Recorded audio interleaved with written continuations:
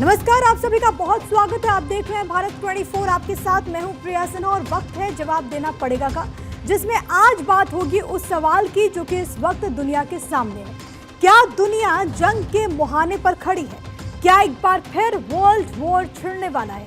क्या एक बार फिर सारी दुनिया के देश दो खेमे में बटेंगे और बटने के बाद पूरी दुनिया को जंग की आग में झोंक देंगे? ये सवाल हम इसीलिए पूछ रहे हैं क्योंकि रूस यूक्रेन से एक बार फिर वैसे हालात पैदा हो रहे हैं जैसे वर्ल्ड वॉर 2 के दौरान हुए थे। कुछ तस्वीरें हैं, सबसे पहले आपको ये दिखा देते हैं। बीती रात यूक्रेन ने रूस के सैन्य ठिकानों पर अंधाधुंध ड्रोन हमले किए। 40 से ज्यादा बॉम्बर्स को आग के गोले में बदल दिया। रूस के कई एयरबेस को ध्वस्त किया गया। यूक्रेन की ओर से पहली बार रूस पर अब तक का सबसे लंबी दूरी वाला ये हमला हुआ। यूक्रेन ने अपने इस अभियान को ऑपरेशन स्पाइडर वेव नाम दिया। हमले में रूस के 41 विमानों को निशाना बनाया गया। इसमें Tu-95, Tu-22 रणनीतिक बम वर्षक और A-50 रडार डिटेक्शन और कमांड विमान भी शामिल थे। ठीक उसी तरह जैसे 1941 में जापान ने अमेरिका के पर्ल हार्बर को निशाना बनाया और इससे जबरदस्त नुकसान पहुंचाया। इसी के बाद अमेरिका ने जापान पर परमाणु बम गिरा दिए थे जिसमें लाखों लोगों की जान गई। ठीक उसी तरीके से कल यूक्रेन ने भी रूस को जबरदस्त नुकसान पहुंचाया। अब रूस किसी भी वक्त बदले की कार्रवाई करेगा और ये कार्रवाई ऐसी होगी जिससे दुनिया के देश दो धड़ों में बंट सकते हैं। एक बार फिर विश्व युद्ध छिड़ सकता है। इसी पर है आज हमारी खास पेशकश। कुछ खास मेहमान इस वक्त मेरे साथ मौजूद हैं। परिचय करवा दूं, हमारे साथ मौजूद है colonel TP Tyagi, retired defence expert के तौर पर, group captain UK Devnath, retired defence expert के तौर पर, और इसके अलावा हमें ज्वाइन किया है निपुण आलम बायन ने, फॉरेन एक्सपर्ट के तौर पर। मैं आप तीनों का स्वागत करती हूँ। और सबसे पहले कर्नल टीपी त्यागी, आप ही के साथ आते हुए, और सर सवाल दुनिया के सामने है, क्या एक बार फिर से वर्ल्ड वॉर का खतरा दुनिया पर मंडराने लगा है?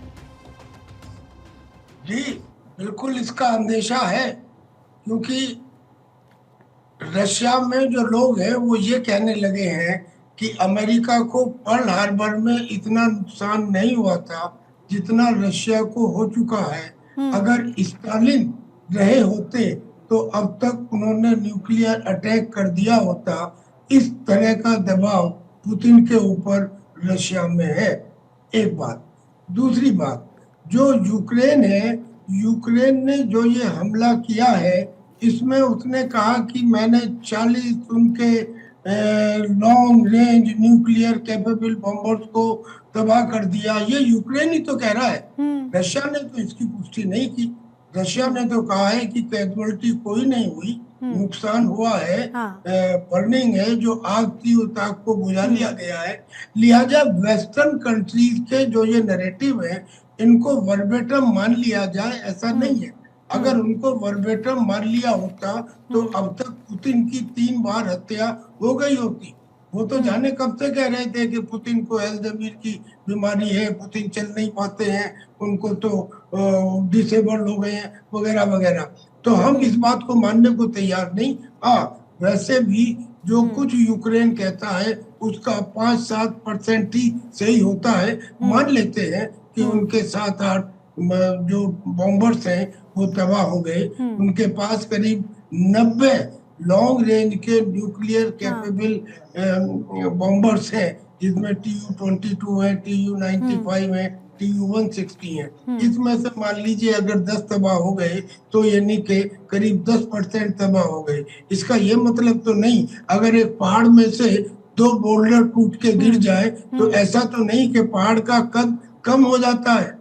हाँ, इतना जरूर है कि चूंकि रशिया के ऊपर कंसिस्टेंटली 1 नहीं 2 नहीं 31 कंट्रीज लगातार 3 साल से अधिक से करीब करीब डायरेक्टली हो गया है, तो वो उनके साथ में लड़ रहे हैं, उनको हथियार दे रहे हैं, पैसा दे रहे हैं रशिया के खिलाफ, और ट्रूप भी भेज रहे हैं। अंडर गाइड, चाहे ये कहें कि मेंटेनेंस के लिए या रिपेयर के लिए या ट्रेनिंग के लिए या सुपरविजन के लिए, लेकिन उनके ट्रूप थे, क्योंकि यूक्रेन के ट्रूप तो करीब करीब खत्म हो चुके हैं। हाँ, यानी कि ये मतलब लड़ाई, सर अगर मैं सार निकालूं, आप ये कह रहे हैं कि रशिया को नुकसान हुआ होगा, लेकिन उतना नुकसान नहीं जितना कि यूक्रेन कह रहा है।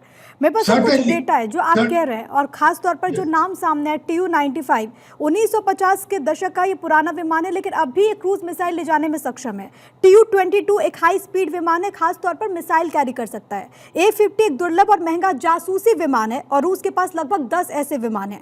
Tu-160 दुनिया का सबसे बड़ा बम वर्षक विमान है, 80 के दशक में बनाया गया, लेकिन आज भी रूस की वायुसेना का सबसे खतरनाक विमान माना जाता है, और यूक्रेन ये कह रहा है कि उसने नुकसान पहुंचाया। लेकिन देवनाथ सर, मैं आपके पास आना चाहूंगी, और रिपोर्ट्स में रूसी मीडिया की तरफ से कहा जा रहा है एविएशन का काला दिन इसे बताया गया है। सबसे बड़ी बात है कि अगर इस तरीके से यूक्रेन ने अटैक किया रशिया पर, जिसे इतिहास का सबसे ज्यादा बड़ा अगर हम देखें ड्रोन अटैक माना जा रहा है रूस यूक्रेन जंग के दरमियान, लेकिन रूस की जिस तरीके से नीति रही है कि अगर उसके परमाणु ढांचे पर इस तरीके से कोई अटैक करने की कोशिश करता है तो वो परमाणु हमला करेगा, क्या ये मांग करके चले कि रशिया भी अब इसके लिए तैयारी कर रहा होगा? देवनाथ सर।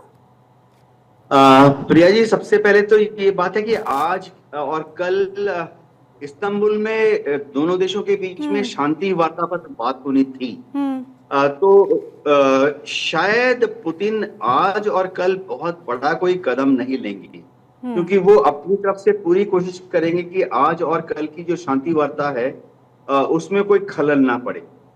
जाहिर बात है कि व्लादिमीर पुतिन चाहेंगे कि शांति वार्ता में वो मजबूती से रूस का पक्ष ऊपर रखते हुए यूक्रेन को ये समझाएं कि यूक्रेन अब कमजोर पड़ गया है। लेकिन इसी का काउंटर करते हुए यूक्रेन ने ये हमला किया ताकि आज की जो इस्तांबुल में मीटिंग होनी है उसमें यूक्रेन का पक्ष भी कह सके कि वो अभी भी इस युद्ध का संचालन बहुत सक्सेसफुली कर रहे हैं। क्या पुतिन इसको एक बड़ा हमला समझकर यूक्रेन के ऊपर या नेटो देशों पर बड़ा हमला कर देंगे? ये अभी समझना पड़ेगा कि 3 साल के युद्ध में इतने बड़े बड़े उतावले हमले हुए रूस के ऊपर, लेकिन रूस ने कभी भी अब तक नेटो के किसी देश पर हमला नहीं किया, क्योंकि पुतिन को भी समझ है कि नेटो का जो चार्टर है, चार्टर 5 में लिखा है कि अगर नेटो के एक देश पर रूस ने हमला किया तो इसे नेटो के सारे देशों पर हमला मानते हुए नेटो के देश रूस पर कूद पड़ेंगे। और जाहिर बात है रूस अभी यूक्रेन से भिड़ा हुआ है 3 साल से, वो एडिशनल कुछ ऐसी कार्रवाई नहीं करेंगे। लेकिन देवनाथ सर, क्या रशिया की पॉलिसी है कि वो चुपचाप बैठ जाए ऐसे अटैक के बाद? देखिए, ये पॉलिसी की बात नहीं है, ये बात है कि रशिया कितना कर सकता है। क्योंकि न्यूक्लियर हथियारों का इस्तेमाल अगर रशिया ने कर लिया तो फिर दुनिया के काफी सारे देशों को, नेटो देशों को तो मिलेगा ही बहाना, अमेरिका को भी एक बहाना मिल जाएगा कि वो रूस के ऊपर भी डायरेक्ट इनडायरेक्ट अलग अलग तरह से खुराफाती हमला करना शुरू कर दे। तो पुतिन जो है न्यूक्लियर अटैक नहीं करेंगे, इसमें कोई शक नहीं है, क्योंकि पश्चिमी देश जो हैं उनके ऊपर न्यूक्लियर अटैक अगर छोटा सा करेंगे तो उन्होंने कहा हुआ है कि सेकेंड स्ट्राइक में वो काउंटर स्ट्राइक करेंगे। अमेरिका भी उनको मदद करेगा, अमेरिका के पास हजारों न्यूक्लियर हथियार हैं। तो उससे ना पुतिन जीतेंगे ना पश्चिमी देश जीतेंगे। हाँ, हो ये सकता है कि आज कल की मीटिंग जो इस्तांबुल में खत्म हो जाती है उसके बाद वो मीटिंग में अगर रूस का अपर हैंड रहता है तो ठीक, लेकिन आज कल की इस्तांबुल मीट में अगर रूस को थोड़ा सा झुकना पड़ता है, नरम करना पड़ता है, या बातचीत का माहौल अगर रूस के पक्ष में नहीं जाता तो वो बड़ा सा एक कन्वेंशनल हमला कर सकते हैं कि और भी भारी भारी रॉकेट्स और भी भारी भारी मिसाइल और बड़े वॉरहेड, और हो सकता है। ठीक है, मतलब आप कह रहे हैं कि अपनी बात मनवाने के लिए कन्वेंशनल अटैक संभव है रशिया की तरफ से। निपुण जी, मैं आपसे ये समझना चाहूंगी, खास तौर पर क्योंकि बातचीत की पहल इससे पहले भी हमने देखे, खास तौर पर जब से डोनाल्ड ट्रंप ने इनिशिएट लिया, दोहा में भी दोनों कंट्रीज के रिप्रेजेंटेटिव्स मिलते हैं, लेकिन इस्तांबुल में होने वाली बैठक से ठीक पहले अगर इस तरीके का सिनेरियो बनता है तो जब बातचीत होगी रशिया और यूक्रेन के बीच, तो किस चैप्टर से बातचीत की शुरुआत होगी और आगे आपको क्या पॉसिबिलिटीज यहां से नजर आ रही है? देखिए, अभी मैं अपने पूर्ववर्ती दोनों को सुन रहा था, देवनाथ सर को भी और त्यागी सर को भी। देखिए, मुझे अब ऐसा लगता है कि जो ये वॉर है थोड़ा सा एक अलग ही और काफी विध्वंसक दौर में जा चुका है। आप सोचिए, रशिया एक वो देश है जो अमेरिका के सामने काउंटर करने की, अमेरिका को रोकने की क्षमता रखता है और आज भी अपने आप को as a super power treat करता है। बिल्कुल। हमने कई बार देखा था, 2014 में क्रीमिया का मामला हो, उसके पहले हम देखे जॉर्जिया का मामला हो, अबखाजिया का मामला हो, सीरिया का मामला हो, कई मामलों में देखा कि रशिया ने अमेरिका को रोका। अब जब ये हमला हुआ, और ये हमला ये नहीं हुआ कि आनन फानन में हुआ है, इस हमले की तैयारी 1.5 साल पहले से की जा रही थी, जैसे कि आप खबरें सुन रहे हैं। और 1.5 साल पहले से ये तैयारी हो रही थी और पूरा इंटरनल जाके 4-4 हजार किलोमीटर जाके यूक्रेनियन ने मारा। और देखिए किस प्रकार से ऑपरेशन को अंजाम दिया गया, कि ड्रोन कैसे छिपाए गए, फिर ट्रक से गए, फिर जाकर मतलब पूरा एकदम पूरी planning A to Z, her point two point planning थी। तो इसका मतलब यह है कि रशिया के अंदर एक अच्छी खासी दहशत बिठाने का, कि हम कहीं भी घुसकर मार सकते हैं, ये हमारे अंदर क्षमता है। मतलब प्रेशर। और अभी देखिए, इससे पहले ही लास्ट में एक पॉइंट और बोल दूं कि डोनाल्ड ट्रंप जो ये बार बार कह रहे थे पिछले कई दिन से, आप देख रहे होंगे कि मैंने रशिया को बचाया हुआ है, रशिया पर बहुत बड़े हमले हो सकते हैं और उसके बाद ये हमला होना। तो मुझे लगता है कि इस हमले को कहीं ना कहीं इशारा जो है वो नाटो पावर की ओर से, नाटो ब्लॉक की ओर से दिया गया कि रशिया के ऊपर तुम हमले करो, क्योंकि लगातार डोनाल्ड ट्रंप बिल्कुल पैनिक कंडीशन में आ चुके थे और लगातार वो थ्रेट देने की कंडीशन में आ चुके थे रशिया को कि मेरी वजह से तुम बचे हुए हो। और जैसे ही इशारा मिला तो यूक्रेन ने ये कर दिया। अब अगर रशिया इसकी प्रतिक्रिया नहीं देता है, यानी इसी नेटो से तो नाराजगी है और इसी वजह से तो ये हालात बने हुए हैं। लेकिन मैं आपसे निपुण जी जरा समझना चाहती हूँ कि क्या ये बातचीत से, डायलॉग से ठीक पहले यूक्रेन की तरफ से एक प्रेशर और खासतौर पर खुद को साबित करने के लिए क्या ये अटैक किया गया? नहीं, देखिए, साबित मैं मानता हूँ ये चीज होती है, टैक्टिक्स होती हैं, ये सब तरीके अपनाए जाते हैं कि हम अब भी लड़ सकते हैं। लेकिन मैं ये कह रहा हूँ कि जो रशिया ये दम भरता है कि मैं अमेरिका का मुकाबला कर सकता हूँ, अमेरिका को काउंटर कर सकता हूँ और मेरी लैंड सेफ है, आप उसके अंदर आगे मार देते हैं, तो ये वही इशू है। आप इसको कंपेयर कीजिए, जो आपका इजराइल का मैटर था, इजराइल ने गाजा पर जो अटैक किया वो यही तो किया कि मैं इतना सुरक्षित देश, अपने नागरिकों की सुरक्षा की बात करता हूं और मेरे अंदर आके मारते, बंदी बना के ले जाते तो मैं तबाह कर दूंगा। तो रशिया की भी वही कंडीशन है। इनको हम लोग बोलते हैं hard power country. Hard power country वो होते हैं कि जब इनके इंटरेस्ट में बात आती है तो ये किसी के सुनने वाले नहीं होते हैं। तो पुतिन साहब का मुझे नहीं लगता कि वो अब बातचीत को लेकर बहुत ज्यादा अग्रेसिव रहेंगे या बातचीत को वेट करेंगे। अब तो मुझे लगता है रशिया की ओर से भारी अटैक जो है यूक्रेन के ऊपर होगा और उसका प्रमाण क्या दिखता है? देखिए तो जब बातचीत, हाँ सर जल्दी से, फिर मैं त्यागी साहब के पास जाऊंगी। हाँ, मैं ये कहूंगा कि इसका बहुत बड़ा प्रमाण ये दिखता है कि ब्रिटेन ने अमेरिका से बॉम्बर की डिमांड कर दी है कि हमारे पास ऐसा आप एयरक्राफ्ट भेज दी जिससे हम लोग भी जो न्यूक्लियर वेपन होते हैं उनको लेकर हम लोग क्या करते हैं, रशिया पे डाल सके। तो ये दिखता है कि यूरोप में पैनिक फैल चुका है। फ्रांस पहले ही कह चुका है कि मैं पूरे यूरोप के अंदर एटॉमिक वेपन पोस्टेड करना चाहता हूँ, यानी कि आपको डिप्लॉयड करना चाहता हूँ। तो ये दिखता है कि एक अच्छी खासी स्थिति में ये वॉर पहुंच चुका है और अब ये वॉर कैसे टर्न लेगा ये देखना बड़ा दिलचस्प होगा। और हाल के दिनों में दुनिया ये तो समझ चुकी है कि पुतिन चुपचाप बैठने वालों में से नहीं है, वो तो अपनी शर्तों पर चलने वाले हैं। उन्होंने तो ट्रंप के सामने भी जब अस्थायी शांति को लेकर के, शांति वार्ता को लेकर के पहल की जाती, युद्ध विराम को लेकर के, तो उन्होंने अपनी शर्तें बाकायदा रख दी थी। लेकिन त्यागी से मैं आपसे दरअसल ये जानना चाहती हूँ, पूरी दुनिया ये जानना चाहती है, रशिया जैसे कंट्रीज जिसको लेकर के हम कहते हैं कि बहुत पावरफुल है, जो कि हार्ड पावर कंट्रीज के तौर पर जाने जाते हैं, उस देश में घुस करके 4300 किलोमीटर अंदर घुस करके यूक्रेन मारता है, पूरी प्लानिंग करता है। 1.5 साल से वो लगातार तमाम चीज़ों को लेकर के वो वर्कआउट कर रहा था, वहाँ पर ट्रक्स को भेजता है, ट्रक से ड्रोन्स की लॉन्चिंग होती है। क्या रशिया की जो इंटेलिजेंस है, क्या ये उसका फेल्यूर नहीं है त्यागी साहब? देखिए, हम ये मान लेते हैं कि रशिया की इंटेलिजेंस का फेलियर है। पहली बात तो ये कि वर्बेटम चीजों को नहीं मान लेना चाहिए। 1.5 साल से इसकी प्लानिंग हो रही थी। कौन कह रहा है? ये तो वेस्टर्न कंट्रीज कह रही हैं, उनकी आधी से चीजें गलत होती हैं। पर मान लीजिए 1.5 साल से हो रही थी प्लानिंग। उनके ट्रक थे, वो ट्रक में लकड़ी के बक्से के अंदर उन्होंने ड्रोन रखे, ऊपर एक ऐसा मेटेलिक कवर रखा जिसको खोला जा सकता था, वहां से ड्रोन दाग दिए गए। तो पहले तो ये इंटेलिजेंस फेलियर तो है ही है, चाहे 1.5 साल से प्लानिंग हो रही हो या 6 महीने से हो रही हो। दूसरी बात रशिया की, ये ऑपरेशनल एफिशिएंसी के ऊपर भी सवाल है, क्योंकि कोई भी एयरफील्ड हो उसकी चारों तरफ पेरीमीटर के ऊपर भी पेट्रोलिंग की जाती है। अगर नहीं की गई है, वहां भी वो चेक नहीं कर पाए, तो ये वो भी कमी है। और इन दोनों कमियों के बाद भी मैं ये कहना चाहता हूँ कि ये रशिया के प्रेसिडेंट पुतिन का धैर्य है।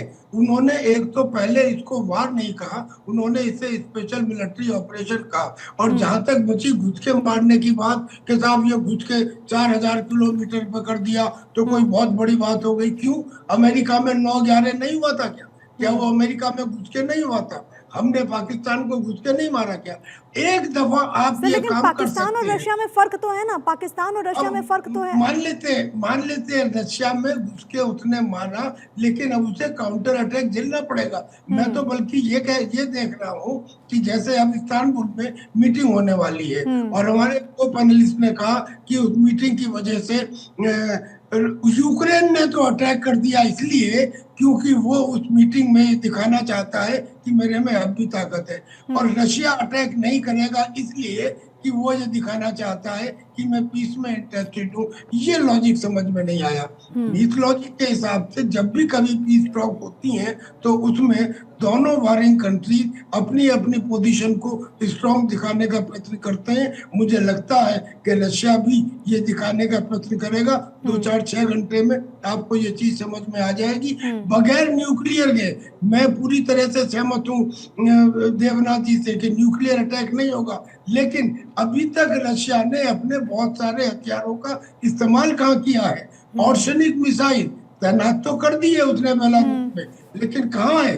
जो 4000 डिग्री सेंटीग्रेड का टेम्परेचर बनाती है, हर चीज भाप बन के उड़ जाती है, कहाँ है? उसने अभी तक अपनी जो ये बड़ी बड़ी मिसाइल थे, जाट मिसाइल हो, एवन ग्लोडो मिसाइल हो, ये यक्षरमठ मिसाइल हो, इनका इस्तेमाल कहाँ किया है? अब मान लिया कि कुल मिला के पूरे नेटो के पास जो ट्रूप्स हैं और जो हथियार हैं वो रशिया से ज्यादा हैं, मान लेते हैं, लेकिन एक बटालियन की 4 कंपनी में तालमेल करने में समय लग जाता है। यहाँ पे 30 देशों की अलग अलग नेवी, आर्मी, एयरफोर्स की तालमेल करने में संख्या मायने नहीं रखती। मायने रखती है आपकी लीथेलिटी ऑफ वेपन्स। जो हाइपरसोनिक मिसाइल रशिया के पास हैं, जो इतनी तेज गति से चलती हैं कि उनके सामने जो हवा है वो ऑक्सीडाइज हो जाती है और एक प्लाज्मा बन जाता है। कोई रडार की किरणें आए वो रिफ्लेक्ट होकर नहीं जाती, एब्जॉर्ब हो जाती है। ठीक है, मतलब रशिया जवाब देगा, भले ही न्यूक्लियर अटैक ना करे लेकिन बड़े लेवल पर वो जवाब देगा, आप ये कह रहे हैं। और वो प्लानिंग की बात इसलिए कही जा रही थी क्योंकि ज़ेलेंस्की ने एक पोस्ट किया था सर, उसमें वो इस बात का जिक्र करते हैं कि हमने रशिया में जो मिलिट्री कैंप्स हैं, जो वहाँ पर ठिकाने हैं, उनको नुकसान पहुँचा रहे हैं। और उन्होंने ये भी कहा था कि ये पूरी तरीके से वाजिब है और ये पूरी तरीके से जस्टिफाइड है। ये ज़ेलेंस्की की तरफ से पोस्ट किया गया था, तभी ऐसा लगने लगा कि पहले से प्लानिंग हुई होगी इतने बड़े पैमाने पर अगर नुकसान पहुँचा तो। लेकिन देवनाथ सर, मैं आपके पास आऊँगी और एक प्रश्न कि क्या अभी जो करंट सिनेरियो है मॉडर्न वॉरफेयर, उसमें क्या ड्रोन की इंपॉर्टेंस बहुत ज़्यादा बढ़ती हुई नज़र नहीं आ रही? इससे पहले हमने देखा, चाहे हम इसराइल और रशिया की बात करें, इसके अलावा अगर भारत पाकिस्तान तनाव की बात करें, हमने देखा कि किस तरीके से पाकिस्तान की तरफ से निशाना साधने की कोशिश की गई, उसको भी हमारे ड्रोन प्रणाली ने किस तरीके से ध्वस्त कर दिया। और अभी अगर हम ताज़ा एग्जाम्पल इसको भी देखें तो ये भी है कि यहाँ पर ड्रोन से अटैक किया गया। तो क्या मॉडर्न वॉरफेयर में ड्रोन की इंपॉर्टेंस बहुत ज़्यादा बढ़ गई है? प्रिया, बहुत ही महत्वपूर्ण सवाल है। जब अजरबैजान और आर्मेनिया के बीच लड़ाई हुई थी, तब से ही 10 साल होने को जा रहे हैं, तब से ही हमने देख लिया था कि भविष्य में ड्रोन का इस्तेमाल किस तरह से किया जाएगा। उभय पक्ष ने ड्रोन का इस्तेमाल बखूबी किया था और तब हमने देख लिया था कि तुर्की के बनाए हुए जो ड्रोन हैं, जो उसने अजरबैजान को दिए थे, वो कितने कारगर तरीके से आर्मेनिया पर हमला कर रहे थे। उसके बाद ड्रोन का इस्तेमाल हम पिछले 3 साल से रूस और यूक्रेन के युद्ध में देख रहे हैं। अभी पिछले 1.5 साल से हम काफी हद तक ड्रोन का इस्तेमाल इजराइल और हमास के युद्ध में भी देख रहे हैं, जहां हुती ने लॉन्ग डिस्टेंस ड्रोन या यूवी से हमला किया है। हिजबुल्लाह ने भी ड्रोन अटैक किए हैं इजराइल पर। तो भारत की आर्मी ने भी, एयरफोर्स पिछले 10 साल से काम कर रही है और दर्शकों को सुनकर अच्छा लगेगा कि हमारी जो DRDO है और हमारे जो प्राइवेट एंटरप्रेन्योर्स हैं देश में, उन्होंने भागीदारी करके आर्मी, नेवी, एयरफोर्स को बहुत सारे ड्रोन, यूएवी जैसे वेपन सिस्टम्स दिए हैं। अभी जब हमने ऑपरेशन सिंदूर किया तो उसमें पाकिस्तान ने भी कुछ छोटे छोटे ड्रोन दागे, लेकिन भारत द्वारा बहुत सक्सेसफुली मीडियम और लार्ज ड्रोन्स का इस्तेमाल हुआ। प्रिया, इंटेलिजेंस हमेशा बहुत इंपॉर्टेंट रहेगी। इंटेलिजेंस जो है हमें चाहिए दुश्मन की खबर लेने के लिए। अभी देखिए, रूस की हम बात कर रहे थे, अगर यूक्रेन ने रूस पर बात किया है तो दो चीजें फेल हो गई हैं। एक तो रूस की जो अपनी इंटेलिजेंस सर्विसेज हैं वो वार्निंग देने से चूक गई हैं। तो हमें जैसे रूस के तो पहले केजीबी का नाम हम सुना करते थे, बाद में अभी उनकी फॉरेन इंटेलिजेंस सर्विसेज जो हैं एसवीआर, वो फेल हो गई। अगर ये 1.5 साल से प्रिपेयर कर रहे थे यूक्रेन में, उनकी जो फेडरल सिक्योरिटी सर्विस है जो कि इंटरनल सिक्योरिटी देती है एफएसबी, वो फेल हो गई है। देखिए, रूस में प्रिया बहुत बड़ी तादाद में यूक्रेन के लोग रहते हैं। उन 1992 तक तो यूक्रेन रुस का ही हिस्सा था, तो बहुत बड़ी तादाद में रूस के लोग भी, रूसी भाषा बोलने वाले लोग यूक्रेन में रहते हैं, दोनेत्स्क, लुहांस्क, ज़ैपोरिज़िया में, और इसी तरह से बड़ी तादाद में यूक्रेन के लोग भी रूस में रहते हैं। तो उनकी जो एफएसबी है, इंटरनल सिक्योरिटी सर्विस है, वो भी इन लोगों पर नजर रखने में फेल हो गई। फिर उनकी जो मिलिट्री इंटेलिजेंस है जीआरयू, जिसका कि हम कितने बार नाम सुनते थे जब मैं एयरफोर्स में था, कर्नल,